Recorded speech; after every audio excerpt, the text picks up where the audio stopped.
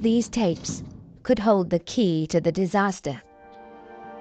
In the grainy footage, the Airbus can just be seen as a black dot. On one camera, the dot disappears behind a building. Then the second camera picks it up. It shows what could be a crucial moment. A faint white streak just visible, trailing behind the aircraft. Is this the explosion seen by so many eyewitnesses? Is this the cause of the sound, after which the pilot lost control? This could be hard evidence to prove that there was a bomb, after all. The only way to find out is to compare the time. If the white streak happened at the same time as the bang captured by the voice recorder, the two are likely to be the same event. Investigators visit the site of the toll booth cameras. Using buildings as reference points, they work out exactly where and when the streak occurred. The results back up their theory that this was not a bomb. We can see that the streak began 8 seconds after the initiating accident sequence. The calculations show the streak occurred after the bang on the recorder. The flash is probably fuel escaping as the plane breaks up. This can't be the start of the accident, although it could be the reason so many people thought they saw an explosion.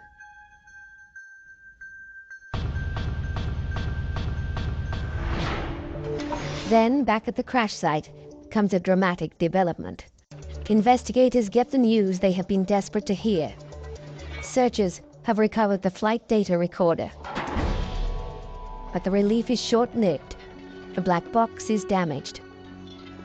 The NTSB send it back to the manufacturers to see what, if anything, can be retrieved.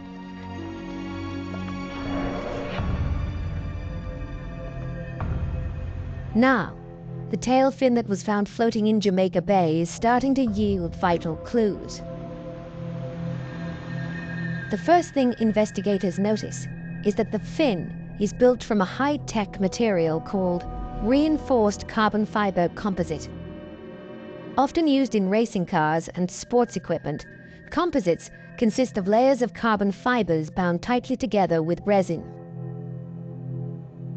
The A300-600 was one of the earliest civil aircraft to feature this high-strength material, and it's used in many areas of the plane. But when investigators look closely, immediately alarm bells begin to ring.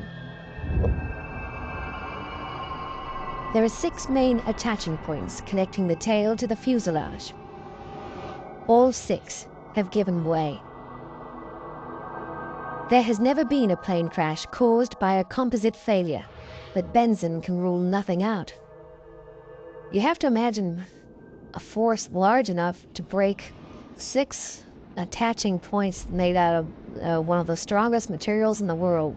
6 of these holding the vertical stabilizer on, and all of them broke. So the forces had to be just tremendous. The detail of the failure is what worries the team. Plans show how each of the 6 attaching points has 2 lugs. One made from aluminium, the other from composites, connected by a titanium bolt. The damage shows that the metal lugs and the bolts remained intact, but the composite lugs all gave way. Benson has to consider the appalling prospect that the composite material itself may be faulty. With 240 similar planes still in service, and thousands more using similar technology, it would have huge implications throughout the aviation industry. There's something that the composite creators or designers missed 25 years ago. It's now just starting to rear its ugly head. That's bad news for a lot of airplanes that are already flying. Proving that the carbon fiber is to blame will need hard physical evidence. Benson urgently dispatches the stabilizer to specialist labs at NASA to see if they can detect any weakness. Using scanning electron microscopes, Experts check over 3,000 square centimeters of surface, magnifying the material by up to 5,000 times as they search for any imperfection. It's a painstakingly slow process, and the pressure is building on Benson and his team all the time. It keeps you awake at night. You've got a lot riding on these things, and the eyes of the world initially, and then later on, the eyes at least of the aviation industry are on us. The pressure is also growing on Airbus. Is the design of their aircraft at fault? Has there been an error during assembly? They scrutinize every lug, bolt, and fitting on the tail, including the vertical stabilizer, as it is called. After hundreds of hours of work studying Airbus's design and construction methods, NASA and NTSB scientists finally give the plane a clean bill of health. They can find nothing wrong with the aircraft or the materials used to build it. While the news is welcome, it only serves to deepen the mystery. Although we were relieved in that aspect, we knew we had a long row ahead of us because we still had no idea why the vertical stabilizer really came off. Then, just as the investigation seems to have stalled, comes a vital turning point. Information from the damaged flight data recorder has at last been retrieved. I was very, very relieved, but no one is prepared for the startling picture that the flight data recorder will give. The focus of the entire investigation suddenly shifts from the machine to the man flying it, co-pilot Sten Molen. 83 seconds after takeoff, the recorder shows that Molen applied 5 extreme movements of the rudder, causing the plane to lurch violently from side to side. The plane slips sideways to its direction of travel, first one way and then the other. I've looked at a lot of flight data readouts in my time. I've never ever seen that particular type of activity occur.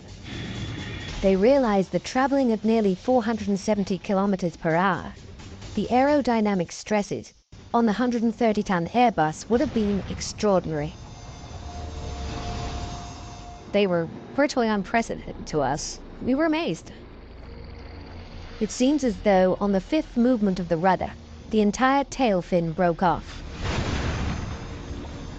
The implication is extraordinary. Simply by manipulating the controls, the pilot broke the aircraft.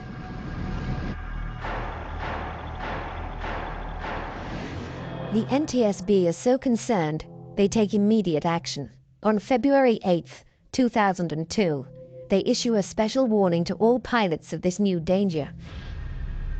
But the board have yet to prove that the tail came off simply due to aerodynamic forces.